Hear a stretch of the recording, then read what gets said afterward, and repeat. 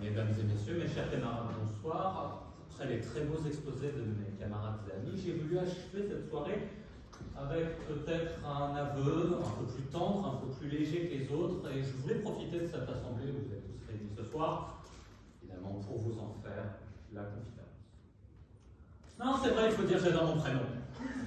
Non, mais plus j'y pense, plus je l'adore. Je ne sais pas si c'est à cause des sonorités. Vous voyez ce petit V, ce vrombissement un peu sensuel au début du nom, si c'est ce T qui jette un peu nonchalamment le haut, loin d'un revers de sa... un revers de son T. Est-ce que c'est ce R qui roule légèrement à la fin, d'une manière un peu sensuelle, un peu suave, presque érotique? Moi je trouve qu'il est très érotique. Il a vraiment son prénom. En italien il est magnifique, on dit Vittorio, pas magnifique. Je l'aime aussi parce qu'il dit un peu de moi, il dit un peu d'où je viens, il dit un peu l'imaginaire de mes parents, il dit un peu aussi ce qu'ils voulaient peut-être pour moi. C'est un cadeau de leur part, il faut l'accepter. Mais à bien réfléchir, je pense que ce prénom, je l'aime aussi pour tout ce qu'il ne dit pas. Mon prénom, il ne dit pas où je vais, il ne dit pas ce que je suis, il ne dit pas non plus ce que je ferai. Il ne dit pas le genre de musique sur lequel je danse, il ne dit pas les blagues qui me font sourire, il ne dit pas les histoires qui me font pleurer. Et mon nom, la plupart du temps, reste complètement muet. Parfois, ce nom, j'ai peur qu'on l'enlève. Qu'un autre m'en affuble, qu'on me donne peut-être un surnom qui ne me plairait pas. Des fois, les gens m'appellent Vic Vic. Il faut le tolérer. Il faut le tolérer.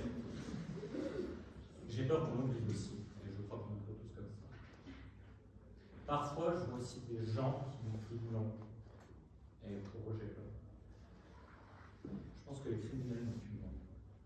En tout cas, on ne s'en souvient pas.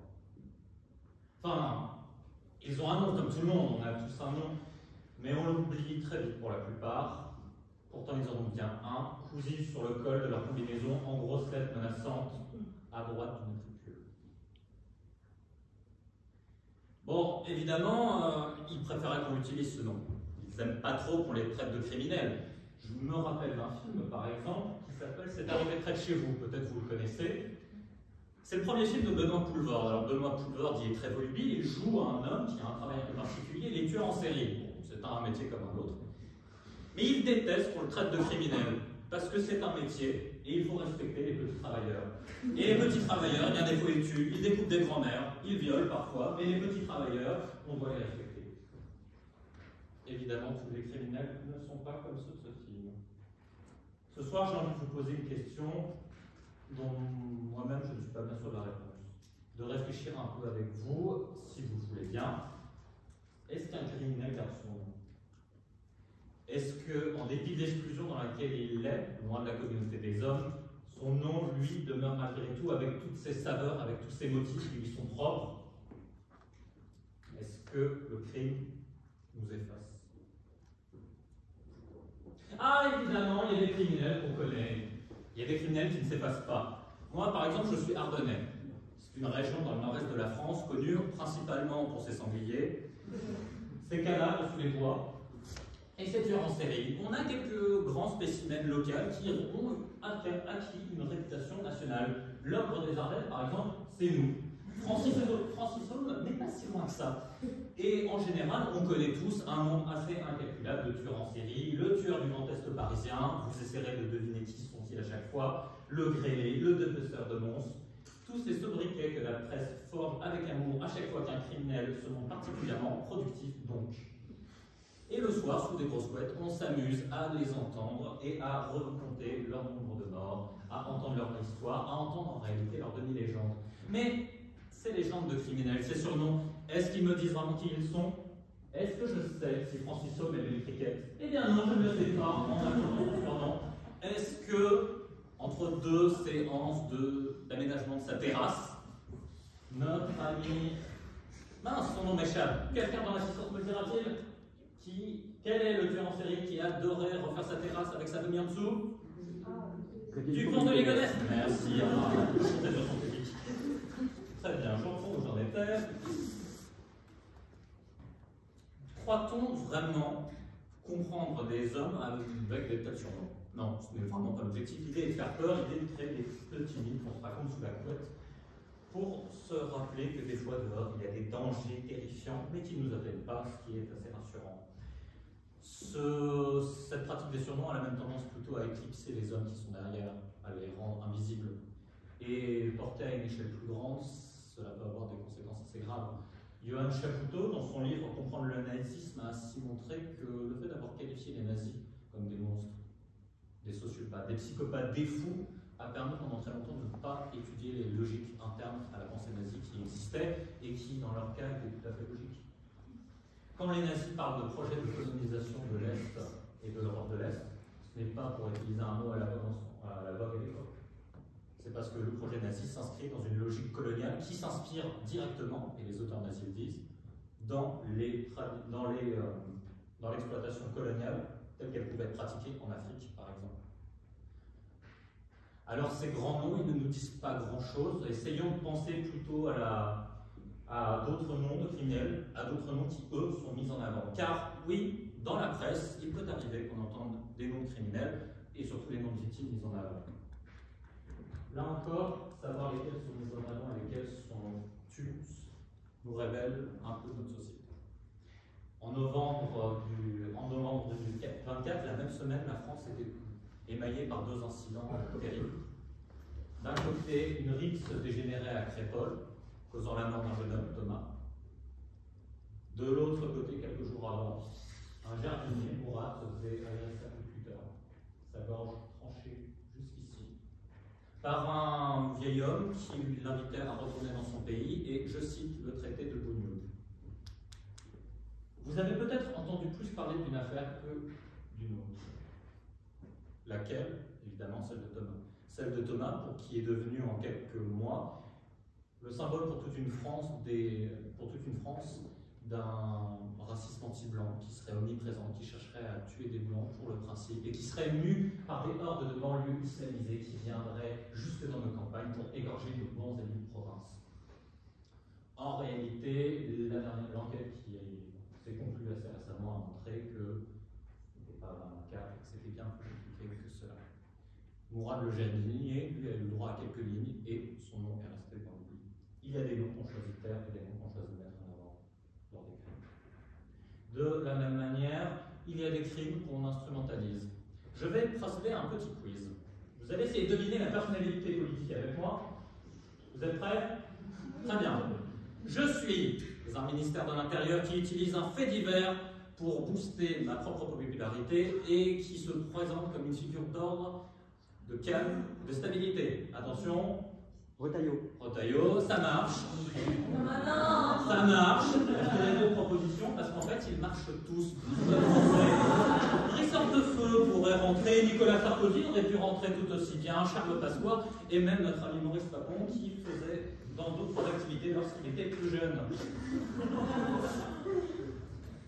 Il y a aussi des crimes qu'on instrumentalise. Et les petites phrases de Retailleau, telles que le joint a le goût du sang, nous démontrent encore. Il y a aussi des crimes tout simplement qu'on anonymise et des criminels qu'on anonymise aussi. Des gens dont on ne parle jamais parce que ce ne sont rien de plus que des poussières de numéros qu'on égrène au fil des cellules. Des matricules à la limite, tout un tas de nombres, des dossiers, des cellules, qui dans leur chambre continuent de s'accumuler.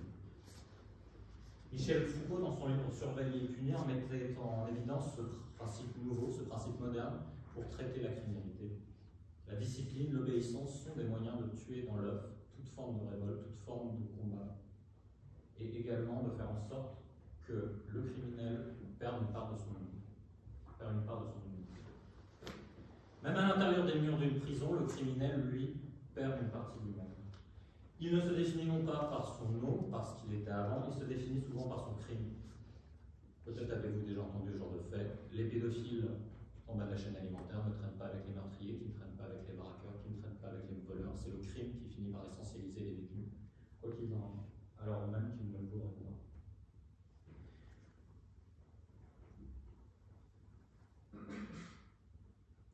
Il y a aussi, dans notre société, des crimes qu'on ne veut pas voir et des crimes qu'on ne dit pas, des crimes qu'on ne reconnaît pas. Il y a encore 2 semaines de ça, 2 sans-abri étaient retrouvés gelés à côté d'un plant de carottes dans une cité des îles. Les voisins les avaient vus les jours précédents, ils avaient vus les mois qui avaient précédé. Ils les ont vus pendant des années, ces deux-là. Et un jour, ils les ont trouvés comme ça, froids et glacés, sur le macadam. Ils se sont tous étonnés, ils ne pensaient pas que ça allait arriver un jour, ils allaient toujours être en bonne santé. Ils les voyaient encore la semaine dernière, et pourtant ils sont morts et ne sont plus là. Parce qu'il y a dans notre société des crimes qu'on ne dit pas et des crimes qu'on ne veut pas dire. Est-ce que laisser des individus mourir seuls dehors quand il fait froid peut être tenu pour un comportement normal, pour quelque chose qui fait partie du droit? C'est la question que je pose. D'autant plus que le droit a cette capacité de créer. Pardon. En gros, revenons deux phrases. De plus,